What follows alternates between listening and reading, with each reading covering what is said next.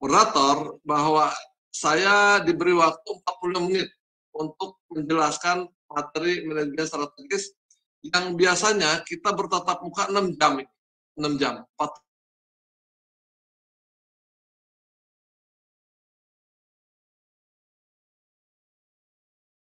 Saya nanti akan berikan topik-topiknya. Mohon untuk kita sama-sama aktif berdiskusi nanti Bapak sekalian.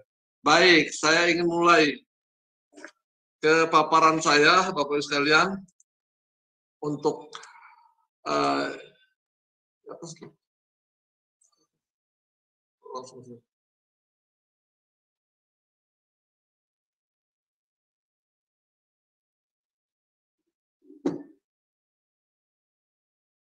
sebentar Pak, ini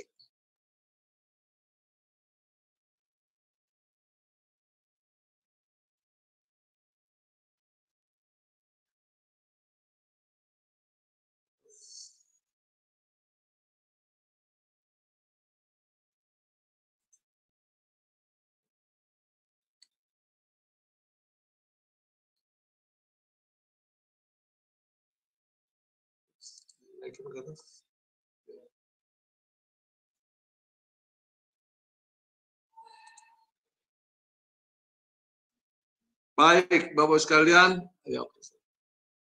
saya ingin mulai. Materi saya adalah manajemen strategis pengelolaan perpustakaan. Untuk itu saya ingin memulai, ini sekedar informasi, saya bekerja sudah 38 tahun di perpustakaan, baik sejak masuk sampai hari ini. Yang harusnya 2018 saya pensiun, Bapak sekalian 60 tahun di Sekretaris Utama, tapi karena pustakawan ada kesempatan untuk menjadi fungsional pustakawan, yaitu menjadi 65 tahun. Insya Allah mohon doanya sampai 3 tahun ke depan lagi, Bapak sekalian.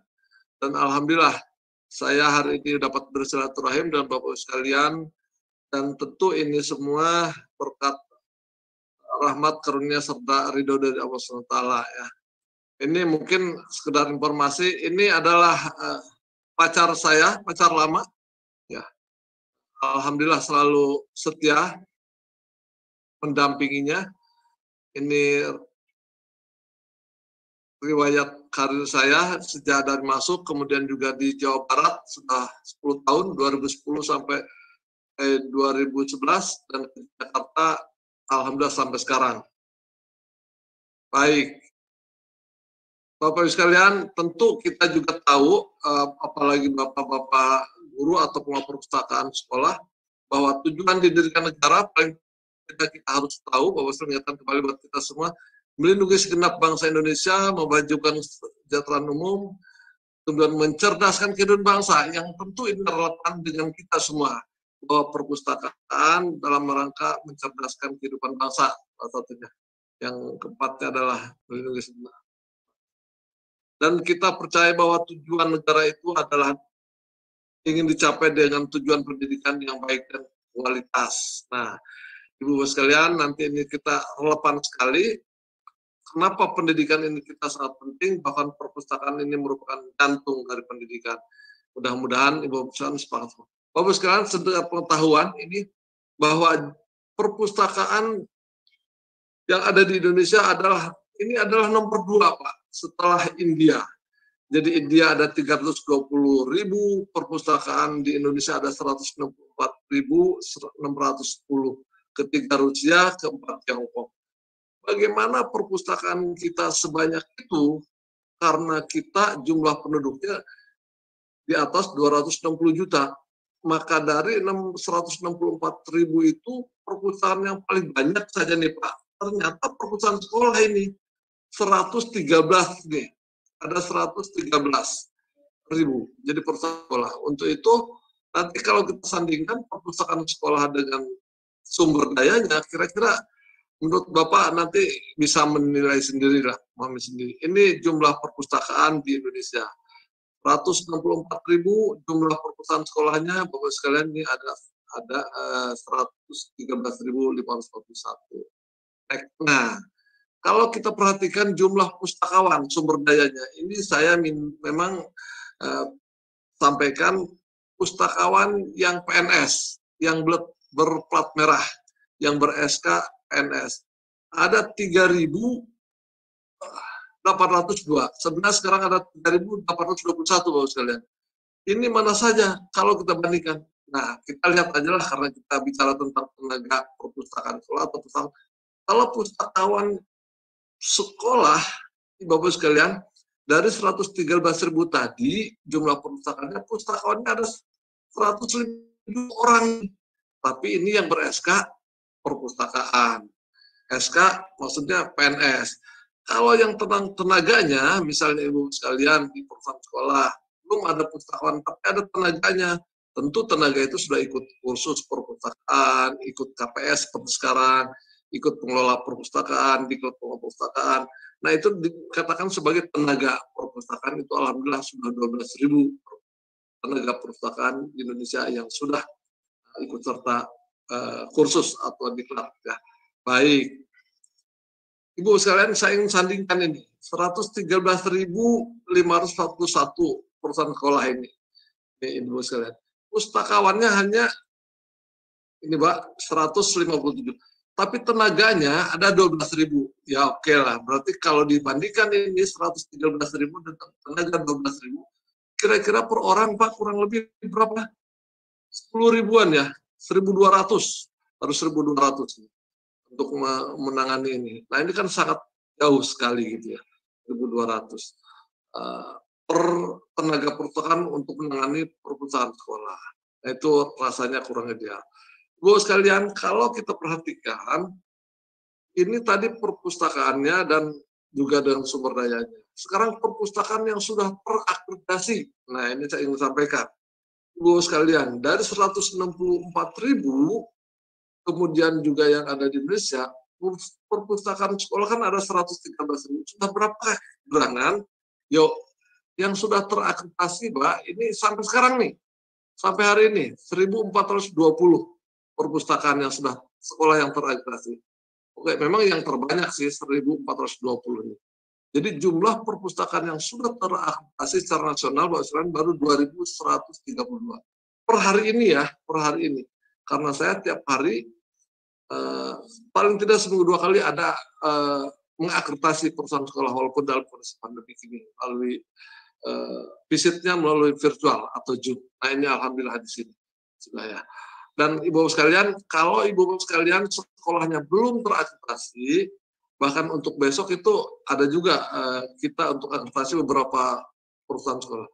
Silakan ajukan Pak ke perusahaan nasional, khususnya ke Direktorat Antar akreditasi perpustakaan, ajukan saja. Karena tahun ini perpustakaan nasional punya target 900 perpustakaan harus terakreditasi. Sampai hari ini baru 300, kurang lebih 350-an. Masih ada peluang, silakan ajukan. Dan itu Ibu sekalian gratis. Yang penting Bapak sekalian, insya Allah nanti dengan adanya diklat sekarang ini, Ibu sekalian mengetahui harus instrumen apa yang harus diisi, komponen-komponen apa yang harus diisinya. Enggak ada 6 komponen, nanti di sini juga. Baik, ini tadi jumlahnya ada 2.130 lebih per provinsi Bapak sekalian. Kalau ini saya perhatikan provinsinya. Perusahaan sekolah, provinsi, Ibu bisa lihat di sini. Untuk Aceh, untuk mana saja Kalimantan, ini Jawa Barat aja. Jawa Barat perusahaan sekolahnya ini baru 52 Bapak sekalian. Yang paling banyak emang di sini ada 287 Yogyakarta nih. Berbanggalah, berbahagialah teman-teman serta di Jakarta ini sudah yang terakreditasi 287. Memang paling banyak. 2 Jawa Tengah ya. Nah ini silakan. Bahkan ada yang masih 0 nih kalau ada peserta dari Papua Barat ya.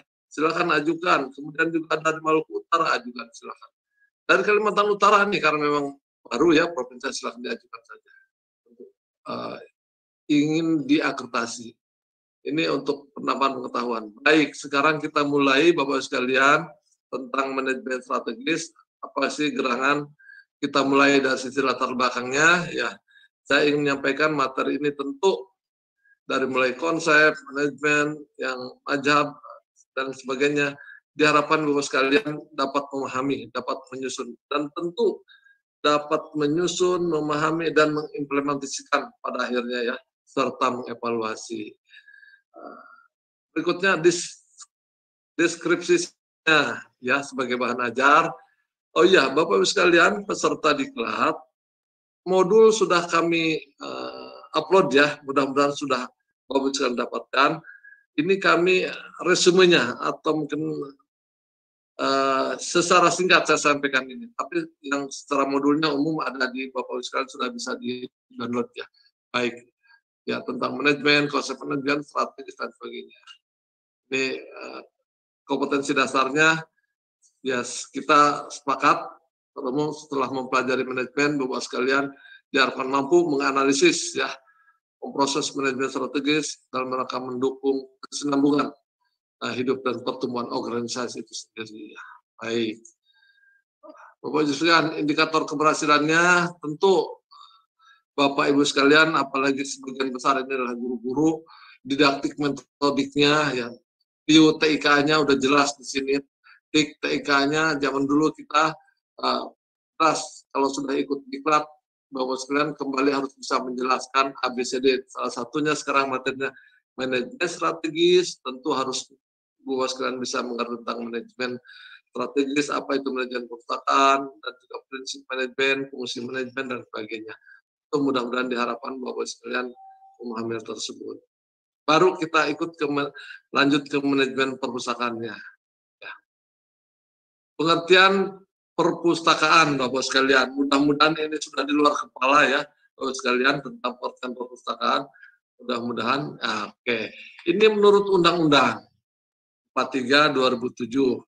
Saya kira Bapak sekalian sudah punya mungkin ya Undang-Undang 43 2007 dan PP nomor 24 2018. Perpustakaan adalah institusi pengelola koleksi karya tulis, karya cetak, dan karya rekam secara profesi dengan sistem yang baku guna menumbuh kebutuhan pendidikan, penelitian, pelestarian informasi, dan rekreasi para pemustaka. Ini nanti kita lihat nih, penelitian, pelestarian informasi, dan rekreasi pemustaka. Baik, nah ini Bapak sekalian, kalau kita kembali ke sini ke pengertian perpustakaan, maksudnya jelas sekali ini penelitian, ya, memenuhi kebutuhan pendidikan, penelitian, pelestarian informasi, dan rekreasi para pemustaka ya. Oke, di sini lihat fungsi perpustakaan. Jadi ini pusat pendidikan, Bapak sekalian. Penelitian, ya, sarana penyimpanan, pelestarian, dan juga di sini pusat informasi serta untuk rekreasi. Jadi yang tadi relevan sekali dengan pengertian perpustakaan undang-undang dan fungsi perpustakaannya. Jadi apa yang disampaikan dalam undang-undang tadi ini di fungsinya sesuai. Sekarang perpustakaan sekolah Bapak sekalian, tentu ini juga saya ingin sampaikan, perpustakaan yang berada pada lembaga pendidikan di sekolah yaitu merupakan tentu bagian integral dari sekolah yang tidak dapat dipisahkan dalam rangka mendukung tujuan pendidikan sekolah. Ya, ini ada di Undang-Undang Nomor 20 Tahun 2003 tentang Sisdiknas, ya, dan Permendiknasnya ini, Bapak sekalian, tentang standar pengelolaan perpustakaan di pasal 23-nya.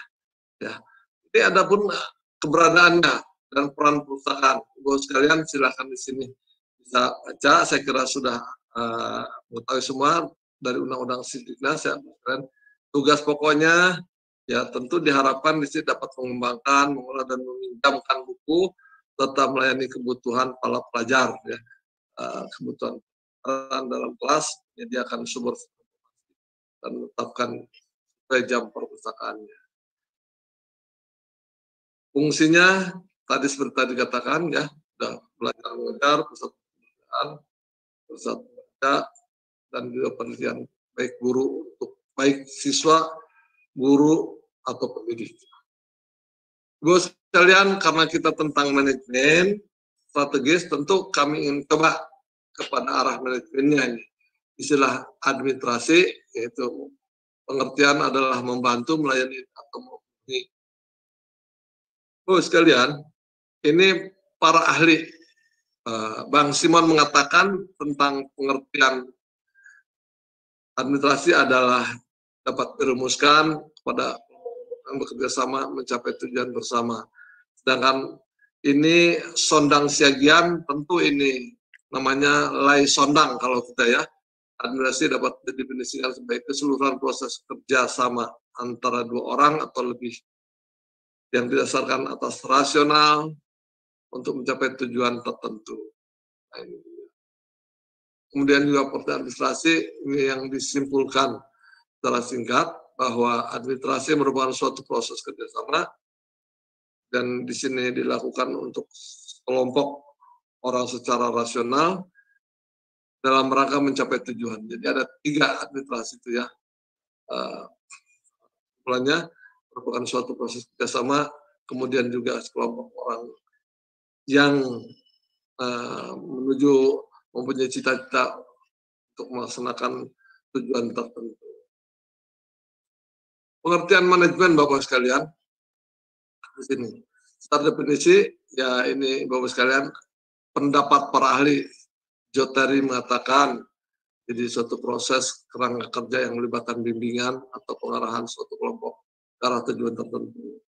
Jadi manajemen adalah koordinasi dari semua sumber daya melalui proses perencanaan, organisasian, ada pemimpin dan ada yang mengawasi untuk mencapai sasaran tujuan. Nanti kita lebih detailnya Bapak sekalian. Ini manajemen perpustakaan. Manajemen perpustakaan adalah pengolahan perpustakaan yang didasarkan kepada teori dan prinsip-prinsip manajemen. Ya, tentu teorinya nanti ada buku tentang DDC-nya, Bapak sekalian di sini tentang membuat katalog, mengkelas dan sebagainya ya di sini. Prinsip manajemen Bapak sekalian, ya ini seperti yang dikatakan ada beberapa ahli pakar. Ini saya kutip di sini bahwa prinsip manajemen itu si Jotari mengatakan kita dikenal saya kira yang kita semua tentang SIPWAK ya harus ada planning, organizing, actuating dan juga controlling. Wah, pasti ada itu kita lebih populer. Tapi Henry Payo lain lagi ditambahkan nih ada planning, organizing, ada commanding ya harus ada pemimpin katanya. Ada coordinating dan ada koordinasi dan controlling. Ditambahkan 2 lagi, commanding dan coordinating ya. Oleh Henry Payo cukup 4. Sikut, nah, si Donald. Kalau di sini harus ada staff. Nah, ini Bapak sekalian bukan ketenangan ini, mohon maaf, ketenagaan maksudnya. Ya, saya perbaiki. Coordinating, staffing, directing, planning dan controlling. Dan juga juga sama. Yang pertama selalu ada planning, organizing. Bahkan di sini kenapa sih ada sending ingin menggabungkan ya dari sosnya, SDM-nya dengan directing keseluruhan, jadi lebih lengkap. Bu moderator, kalau sudah habis waktunya, tolong saya dikasih tahu di brief ya. Khawatir ini kalau sudah begini suka lupa berdiri, suka berhenti.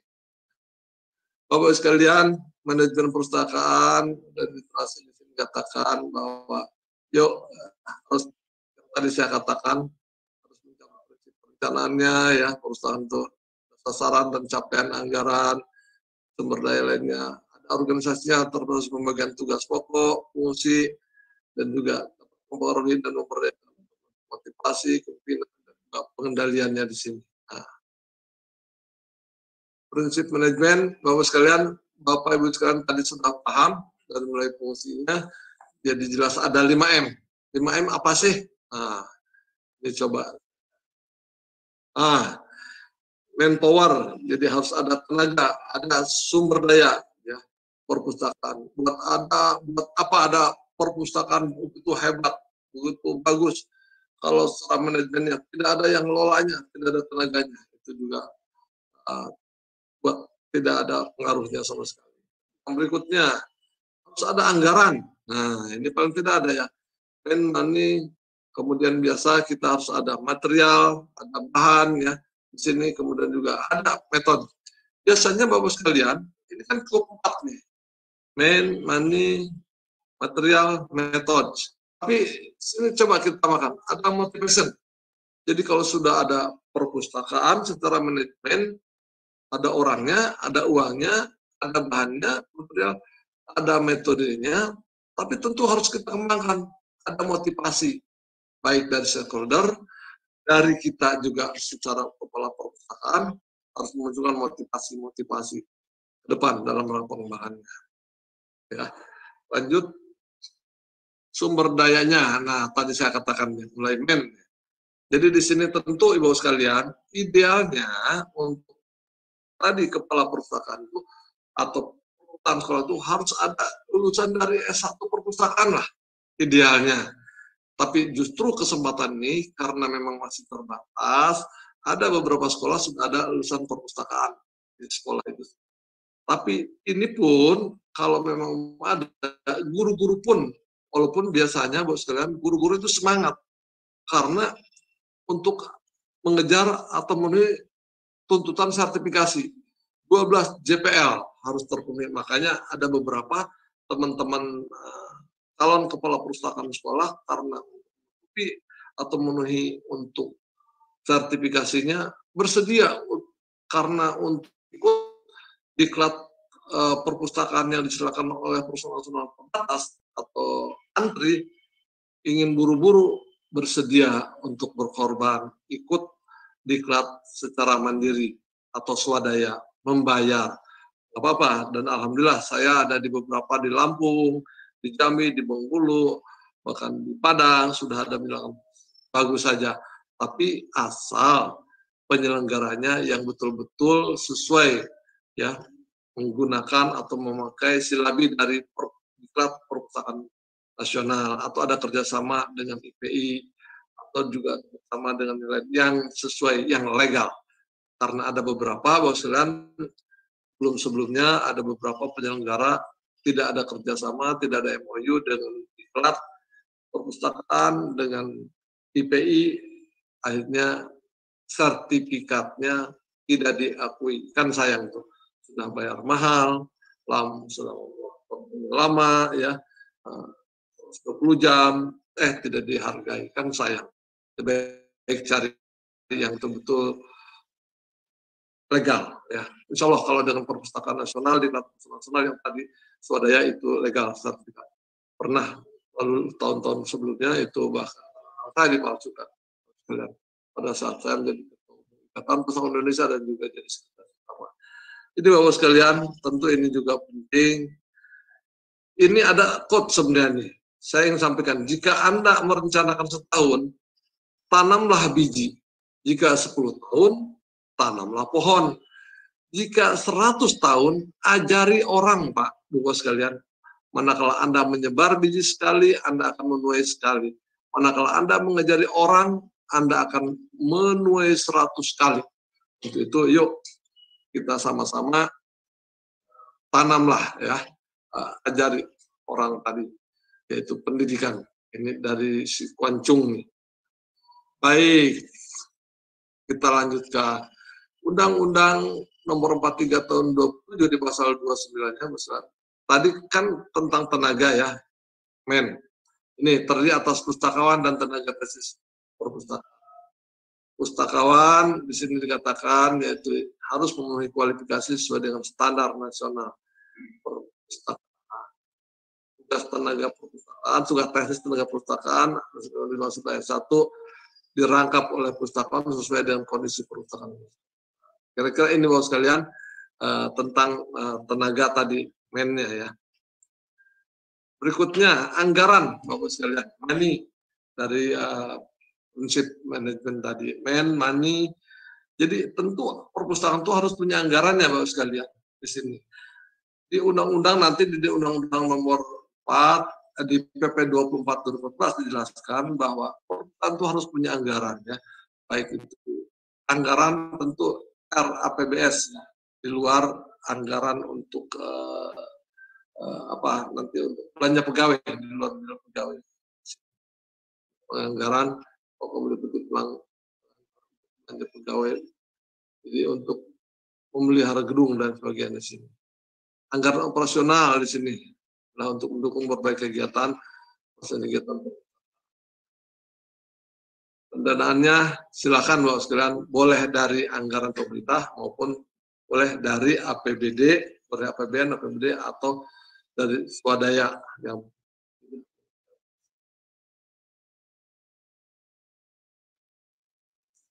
tentu ini harus penuhilah anggaran.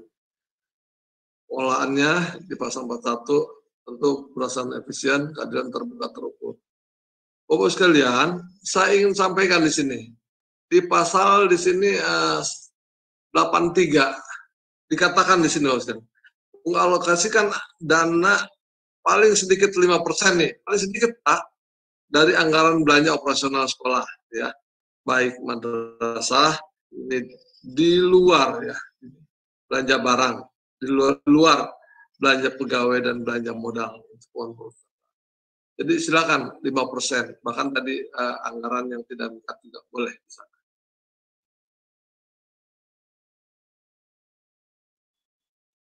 Sekarang peralatan atau bahan, Bapak sekalian, di sini saya sampaikan bahwa bahan perpustakaan tentu di sini harus kantor, termasuk koleksinya, nanti ya sarana prasarananya, dan juga peralatan, ada komputer sekarang zaman digital ini, kemudian juga dalam acaranya ada bahan-bahan yang personal seperti alat transportasi, mobilitas, kalau membutuhkan telekomunikasi, berupa tentu tadi di era digital ini harus ada perangkat keras, perangkat dalam rangka memperlancar ya pelayanan perpustakaan pada pemustakanya.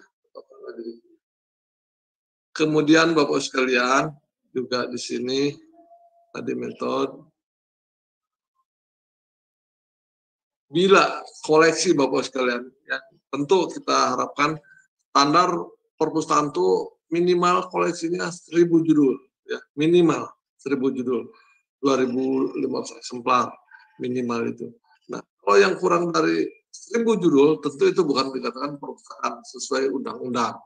Nah, untuk itu bila keterbatasan koleksi Bapak sekalian yang tadi dioperasionalkan, Bapak sekalian bisa juga melaksanakan ini kerjasama ya, koleksi antar perpustakaan, sekolah A dengan perpustakaan sekolah B. Silakan. Yang dikatakan di sini interlibrary loan ya, saling bertukar bahan pustaka. Dalam rangka kalau di koleksi kita katakanlah ada 1000 judul, anak-anak kita sudah habis. Itu anak-anak dengan kehausannya harus juga menyiapkan buku-buku bacaan baru. Kalau kita belum memiliki tentu silakan tukar dengan antar koleksi dan antar perusahaan lain. Ya, metodenya yang biasa ngolahnya secara manual ya, manual. Itu di era digital ini kita harus menyesuaikan Bapak sekalian biar perpustakaan itu juga bisa menyesuaikan, apalagi di kondisi pandemi tidak bisa hadir datang di perpustakaan, kita diolah atau diolah melalui teknologi digitalnya atau melalui aplikasi digital, misalnya aplikasi tentang menggunakan SLIM atau apa saja, yang penting kemudahan akses bagi para pemustaka bisa tercapai. Ya. Ini kira-kira Bapak sekalian motivasi, ini perlu buat kita semua Bapak sekalian. Kalau tadi ada orangnya, ada tenaganya, kemudian ada anggarannya, sudah ada orang, ada anggaran, kemudian juga ada sarana prasarana tadi ya, material, kemudian juga ada metodenya tadi pengolahan dan sebagainya. Kemudian itu dalam rangka pengembangannya saya bilang tadi harus ada motivasi dari kepala perpustakaannya, pengelola perpustakaannya, tenaga perpustakaan di sekolah harus bermotivasi. Tentu semuanya dikolaborasikan, diintegrasikan, disinergikan pada saat-saat komunikasi dengan stakeholdernya, kepala sekolah dan juga guru. Fungsi manajemen Bapak sekalian, tadi prinsipnya tentu di sini juga sama dari fungsi manajemen, terus ada perencanaan, bagaimana merencanakan tadi membuat perpustakaan sendiri tujuannya harus dari awal tahun, kemudian juga membuat programnya di program pendek, jangka menengah, ya, dan juga jangka panjangnya untuk pengembangan perpustakaan. Kemudian juga di sini Bapak sekalian ada organisasinya. Bagaimana organisasi perpustakaan sendiri, tentu harus ada struktur yang di-SK-kan baik oleh kepala sekolah, di-SK-kan, dan juga ada kepala sekolah pengolahnya, dan tentu nanti di situ ada struktur-struktur. Ini kira-kira Bapak sekalian, struktur organisasinya. Misalnya langsung di bawah kepala perpustakaan sekolah dan memiliki tenaga untuk teknis pelayanan, tenaga pelayanan perpustakaan, layanan teknis, layanan perpustaka, layanan pengunjung ya. Ini sederhana saja sebenarnya di sini. Tapi itu harus ada struktur karena yang menjadikan memfungsikan, operasionalkan perpustakaan ini di sini. Nah, kepala perpustakaan juga paling tidak ada 2 tenaga layanan teknis. Dan untuk SMP atau SMA tentu di sini harus ditambah lagi ya, karena di sini apalagi di zaman teknologi sekarang ditambah layanan TIK-nya ya, teknologi informasi. Kalau SD kan cukup layanan teknis dan perpustakaan, tapi kalau untuk SMP, SMA, SMK utama kita dengan peminjaman, karena di sini pengolahannya secara digital, kemudian juga pelayanannya peminjamannya juga secara digital. Kita di sini banyak buku yang bisa diakses oleh siswa atau pengusaha dari rumah itu sendiri. Kemudahan.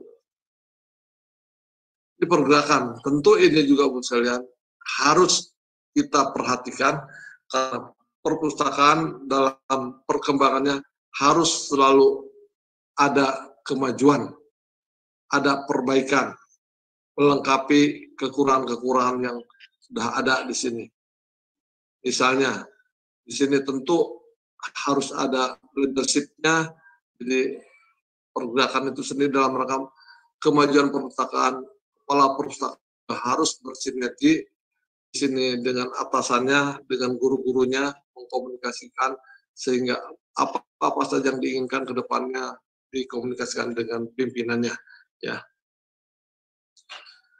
Guru sekalian, kalau tadi mulai dari perencanaan, organisasi, kemudian juga tentu harus ada pengawasan.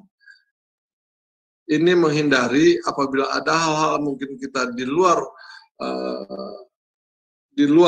tatanannya, di luar fungsinya, tentu kita harus luruskan. Di sini ada fungsi pengawasan. Nah, biasanya fungsi pengawasan Ibu sekalian, tentu nanti di sini ada inspektorat yang berwenang lah untuk pengawasan yang tersebut. Inspektorat atau BPKP dan sebagainya. Kalau di KL atau lembaga sekolah mungkin nanti inspektorat dari kabupaten paling tidak. Karena untuk SD, SMP kan ada kewenangan di kabupaten, tapi untuk SMK, SMA itu ada kewenangannya di provinsi. Konsep manajemen strategis Bapak sekalian, ini juga saya ingin coba di sini definisi manajemen strategis. Silakan Ibu Bapak sekalian bisa mengkomunikasikannya, bacanya. Itu merupakan seni. Tentu di sini ilmu penyusunan, penerapan, dan juga mengevaluasi keputusan. Jadi manajemen strategis ini harus dinamis dan harus dimiliki oleh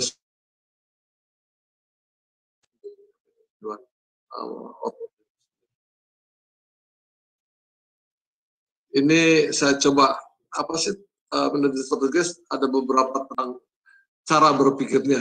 Yang pertama adalah biasanya kan kita selalu kalau kita ingin maju, mencoba mengidentifikasi dulu masalah kondisinya. Kenapa sih perpustakaan kita ini nggak maju-maju atau berjalan di tempat? Kita data dulu, kita cari ya identifikasi masalah. Jadi yang kedua tentu kita harus mengelompokkan masalah itu sendiri. Ya, kalau diidentifikasi biasanya sebanyak-banyaknya, mungkin ada 20, tapi kita mari kelompokkan. substansinya, masalahnya apa saja, tentang koleksi atau tentang misalnya sarana prasarana lainnya, tentang hal cuaca, pendingin, dan tentang koleksinya juga bervariasi atau kurang bervariasi, dan juga tentang SDM-nya. Prosesnya, tentu ini juga kita harus atraksi internal kita, kemudian juga penentuannya metode. Kalau sudah diketahui, analisis kira-kira apa sih metode ke depan kita siapkannya, analisis. Baru kita rencanakan seimplementasinya. Konsep strategi Bapak sekalian, di sini untuk diketahui saja bahwa secara umum bahwa semua organisasi itu dalam rangka untuk memajukan perkembangan ke depannya harus memiliki konsep strategi, ya. Bagaimana mulai tadi cara berpikir strategisnya, jadi mengidentifikasi dan sebagainya, kemudian juga milah-milah, dan akhirnya kita rumuskan.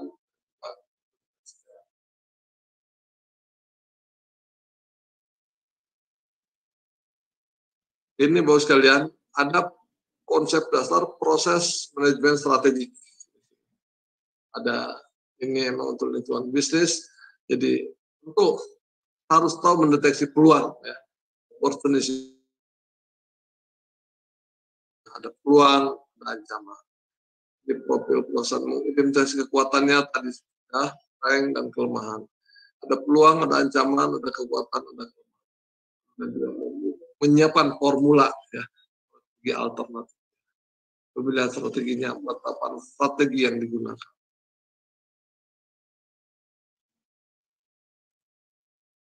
Tentu kita harus mengimplementasikan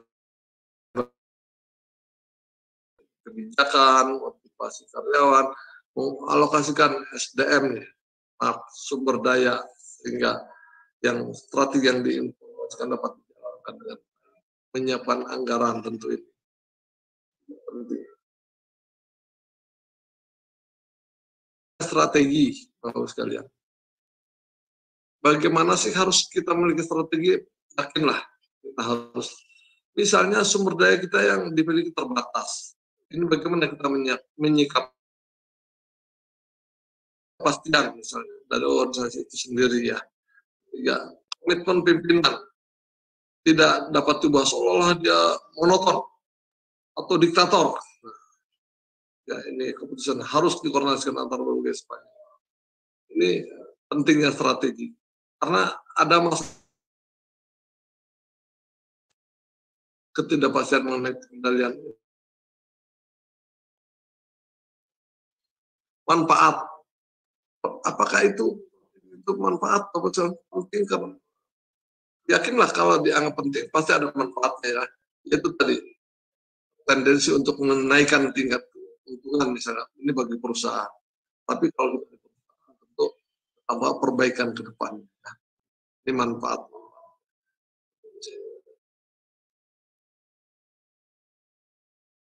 Ya, Bapak sekalian, saya sudah di warning mungkin 5 menit lagi, tapi Bapak sekalian, modul saya kira sudah ada di Bapak sekalian, silakan dibaca.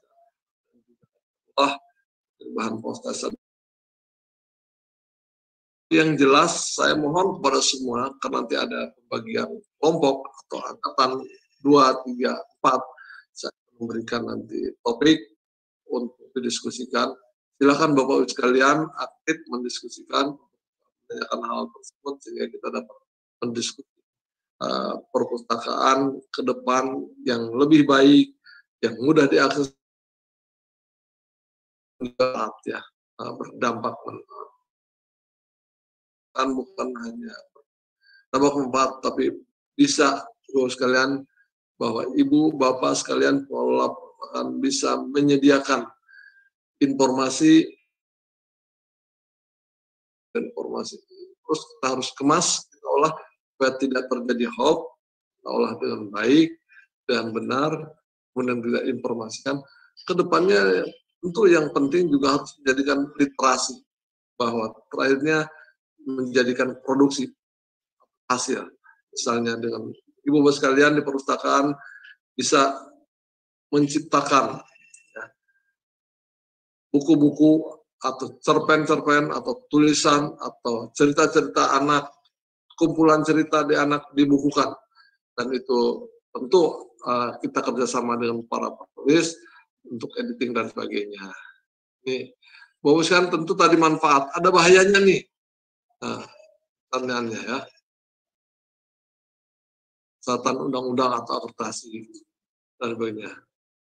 Dan ini bisa gagal kalau mau komunikasinya kurang pas ya. Dan ini biasanya dapat manajer tingkat atas membuat keputusan yang kurang baik dan lain sebagainya.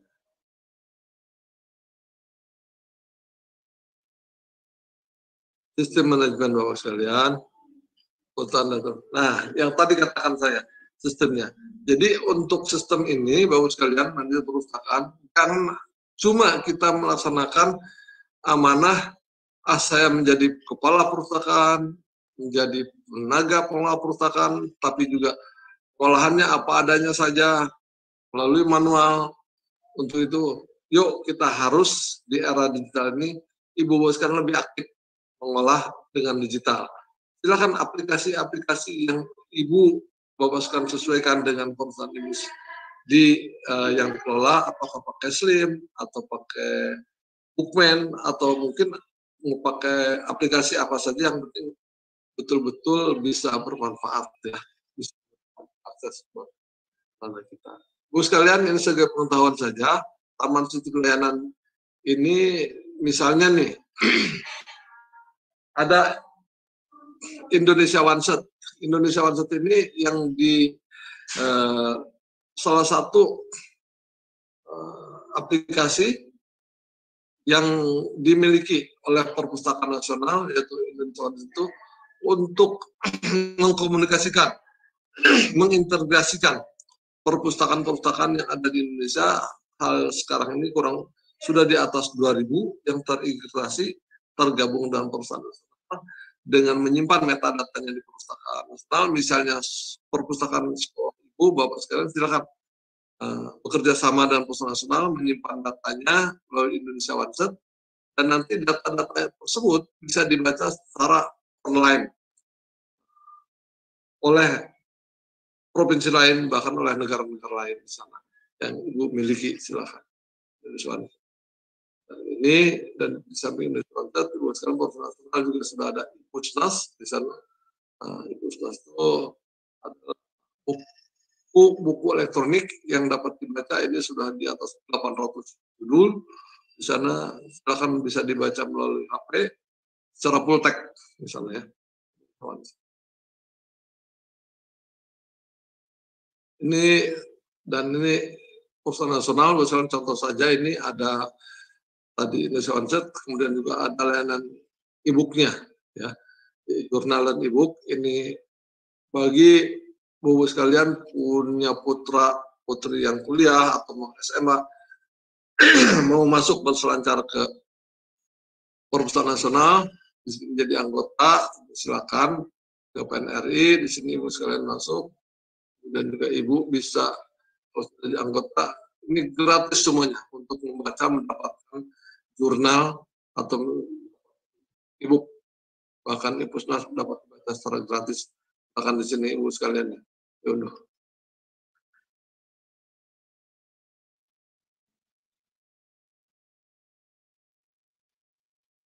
Ada strategi.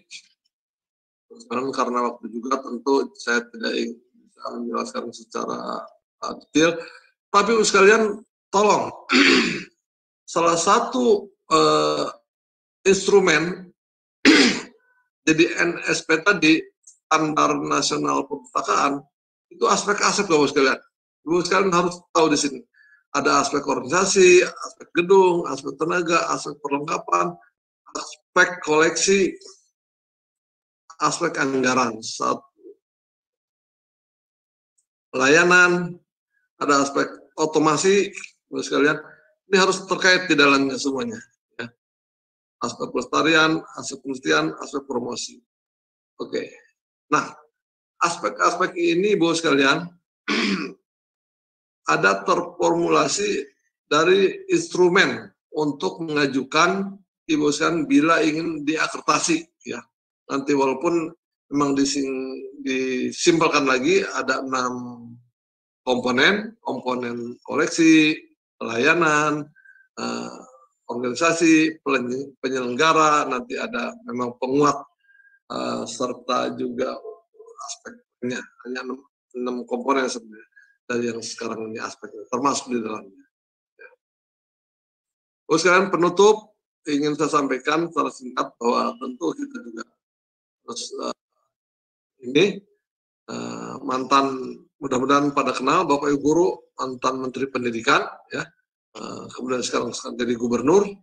Ini jadi Ibu sekalian, beliau mengatakan pendidikan abad 21 ditentukan oleh karakter, mental, akhlak. Karakter terdiri daripada moral, yaitu harus ada iman, takwa, jujur, dan rendah hati. Terus sekalian kita punya moral, iman tinggi, iman bagus, takwanya rajin, jujur, tapi tidak rendah hati. Woi, egois, serem, atau mungkin egois. Nah itu juga kurang bagus. Tapi yang keduanya, kinerja, kerja keras, dan tangguh. Kalau sudah A-nya bagus, kinerjanya juga harus bagus. Yang kedua, Bapak sekalian ini, tentu Ibu Bapak sekalian harus memiliki kompetensi, yaitu berpikir kritis, kreatif, inovatif, dan tentu harus kerjasama, Bapak sekalian. Tidak ego sektoral, mau pintar sendiri, berarti kurang bermanfaat. Ini. Yang ketiga, literasi, keterbukaan. Minat bacanya tinggi, tapi Bapak sekalian, bila dikasih buku agak tebal, wah, langsung ngantuk. Untuk itu, Bapak sekalian, minat baca tinggi, tapi bacanya hanya baca WA, baca hoax, buat apa? Tapi yuk kita berdayakan di sini baca bukunya. Nah, satu lagi yang tadi saya katakan, ini menteri yang sekarang nih, hebat ya, bayangkan setiap orang bisa mencuri idemu, tapi tidak setiap orang bisa mencuri tindakan. Silakan, sehebat-hebatnya yang menyampaikan materi ini, tentu Ibu Bapak sekalian akan lebih hebat lagi dari saya. Karena Bapak, Ibu sekalian adalah seorang guru, tapi yang jelas bagaimanapun menyampaikannya, itu yang terpenting diterima oleh masyarakat. Demikian Bapak sekalian, kurang lebihnya mohon maaf dari Bapak yang sudah ada, tapi kesempatan ini saya ingin sekarang tadi sesuai moderator akan dibagi 3 kelompok, ya ada angkatan 2, 3, dan 4. 45 ke depan untuk kelompok angkatan atau untuk angkatan 2. Nah, baik.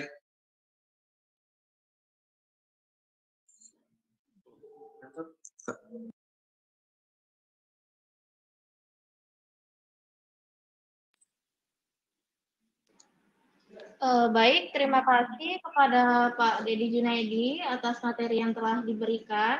Selanjutnya, mohon kepada para peserta untuk kembali ke LDK untuk merespon topik diskusi yang telah di-upload di LDK masing-masing angkatan ya. Silakan Bapak dan Ibu boleh lift dari Zoom meeting-nya, kemudian bisa membalas fitur reply.